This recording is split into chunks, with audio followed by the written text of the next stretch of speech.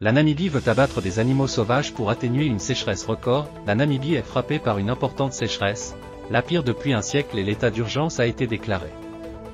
Pour y remédier, un plan national a également été mis en place, mais une de ces dispositions fait polémique, l'abattage annoncé de plusieurs dizaines d'animaux dans plusieurs parcs naturels, comme des hippopotames ou des buffles. Bonjour à tous. Aujourd'hui, je souhaite aborder un sujet profondément préoccupant qui se déroule en Namibie. Ce pays est confronté à une sécheresse sans précédent, la pire depuis plus d'un siècle. C'est une crise qui pousse l'écosystème à ses limites et provoque de graves pénuries alimentaires pour près d'1,5 million de personnes. Face à cette situation désastreuse, le gouvernement namibien a déclaré l'état d'urgence. Un plan d'intervention nationale a été mis en place pour sauver des vies humaines et la précieuse faune du pays. Mais c'est là que les choses deviennent controversées.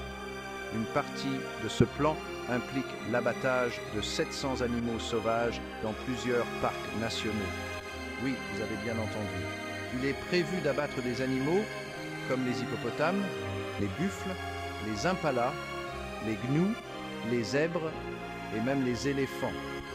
L'idée est de réduire la concurrence pour l'eau et les pâturages, déjà rares, entre ces animaux et les populations locales.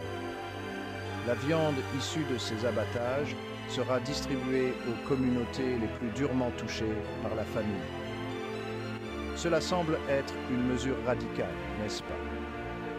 Cette décision a suscité l'indignation des amoureux des animaux et des défenseurs de l'environnement dans le monde entier.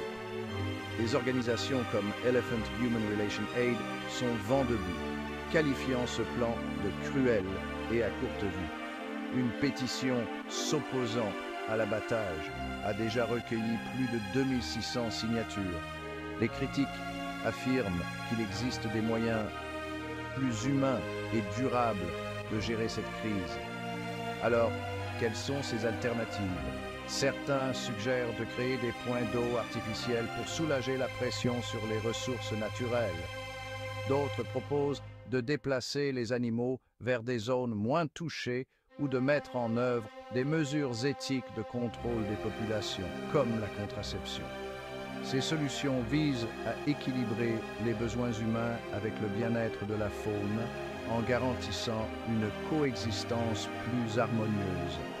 Cette controverse met en lumière les défis complexes de la conservation de la faune face au changement climatique et aux pressions humaines. C'est un rappel brutal que nous avons besoin d'une approche globale pour trouver des solutions durables et éthiques. La vie des humains et des animaux en dépend. Si vous vous souciez de notre planète et de sa faune incroyable, c'est le moment de vous exprimer. Faisons pression pour des solutions qui protègent à la fois les personnes et les animaux et garantissent un avenir où tous peuvent prospérer.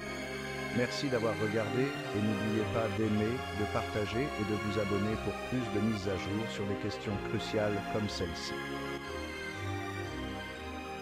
À la prochaine!